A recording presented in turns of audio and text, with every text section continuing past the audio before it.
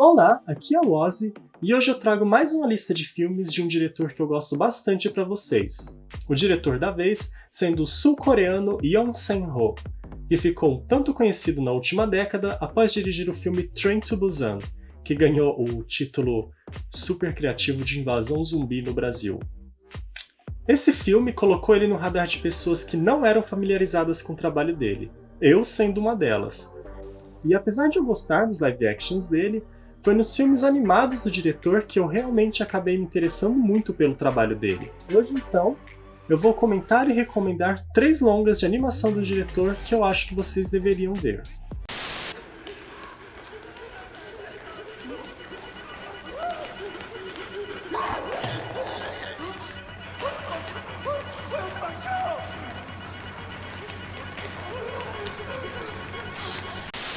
Começando pela animação mais recente do diretor, Seoul Station é uma animação sobre zumbis feito para ser uma prequela do Train to Busan.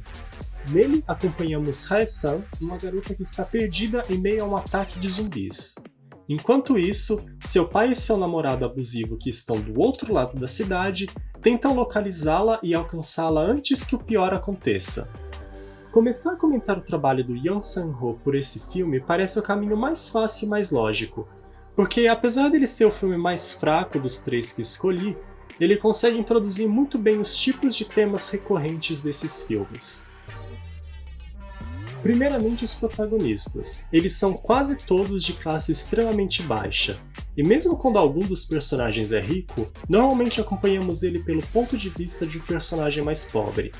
Em Seoul Station, por exemplo, acompanhamos como a vida de pessoas pobres, principalmente pessoas que moram na rua, é considerada descartável e é muitas vezes incompreendida e indesejada. As mulheres dessas animações são sempre retratadas como tristes e vítimas da violência física e psicológica dos homens, como Hae-san, que nesse filme é forçada a se prostituir pelo seu namorado abusivo, com quem fugiu para escapar de um outro relacionamento abusivo. Todas as mulheres dos filmes animados de Yeon Sang-ho são manipuladas e violentadas e dificilmente têm um final feliz. E a culpa da sua infelicidade está sempre atrelada à presença masculina em sua vida, muitas vezes da pessoa que a deveria proteger. E é importante ressaltar que isso é nunca feito com a intenção de criar uma espécie de entretenimento com o sofrimento feminino, que nem certos diretores mais cultuados por aí fazem, e sim com a intenção de questionar a origem desse sofrimento. Em contraparte às personagens femininas, os personagens masculinos desses filmes são quase todos detestáveis, possessivos, ciumentos, violentos. Os homens desses filmes são sempre as pessoas que encontram na violência ou no controle das pessoas à sua volta a catarse para sua infelicidade.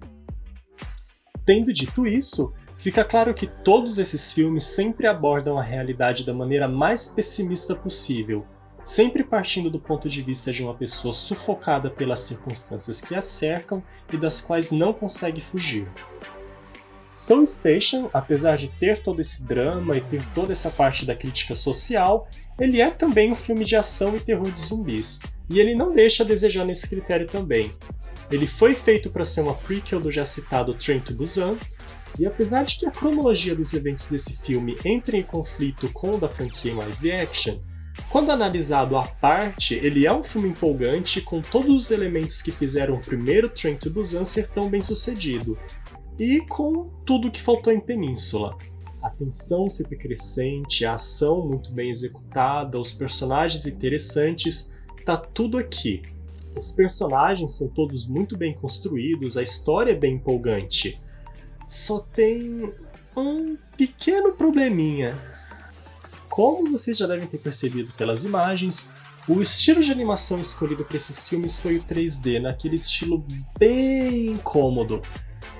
Particularmente, este não é o meu estilo de animação favorito, ele é bem travado e faz com que muitas vezes os personagens pareçam completamente inexpressivos, mas é um defeito que eu acho que dá para passar por cima, e com alguns minutos meio que a nossa visão se acostuma com esse estilo e ele deixa de incomodar assim tanto. Se você gostou de Train to Busan, eu recomendo bastante esse filme. Como eu disse, ele traz os mesmos elementos positivos que fizeram seu parceiro live action tão bom, com essa camada mais de drama que só torna ele ainda mais especial.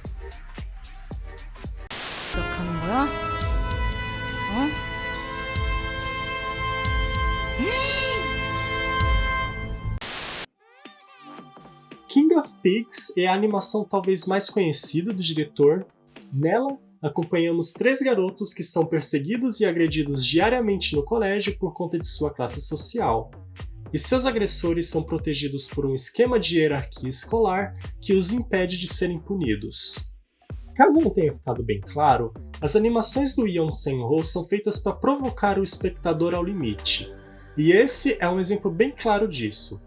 Através dos olhos de seus protagonistas, somos inseridos num mundo agoniante onde suas vozes são sufocadas diariamente. Enxergando a realidade escolar coreana, ele traz à tona temas como a desigualdade social, a manutenção da pobreza estrutural e todos os efeitos que isso pode causar na mente de uma criança e os impactos que esses traumas não tratados levam a uma vida adulta nada saudável.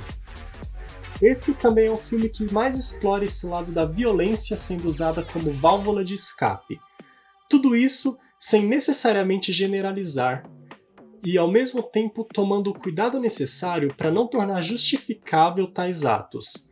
Ele consegue muito bem mostrar como uma pessoa com o psicológico destruído pode ser levada a atos extremos, sem necessariamente transformar esse personagem em um herói, o que é algo que muitos filmes tentam fazer, mas acabam falhando na execução.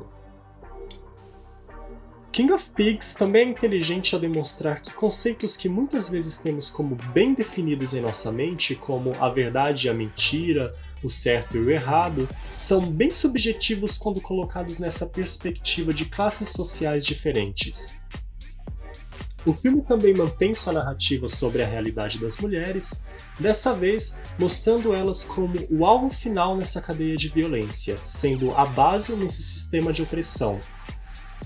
King of Pigs é um filme com foco em mostrar uma realidade ignorada e que é julgada de maneira injusta por um sistema construído para manter certas pessoas em determinadas posições pelo resto da vida.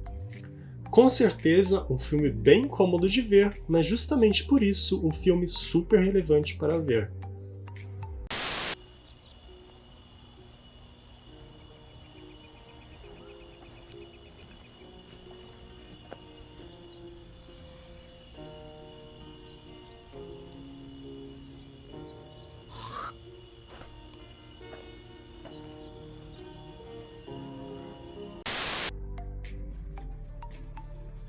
O último filme da lista é o meu favorito da lista, The Fake. Nesse filme, acompanhamos várias tramas em uma cidade rural que está prestes a ser destruída para a construção de uma barragem. Nela, um grupo de bandidos constrói um templo religioso com a intenção de roubar e manipular a população com a promessa da construção de um santuário. Porém, tudo muda quando Kim Min-chul, um antigo morador da cidade, retorna. Muito se diz por aí o quão difícil é trabalhar e construir um roteiro funcional em torno de um personagem que é perfeito em todos os aspectos. Até mesmo o termo Mary Sue já foi inventado para criticar esses personagens.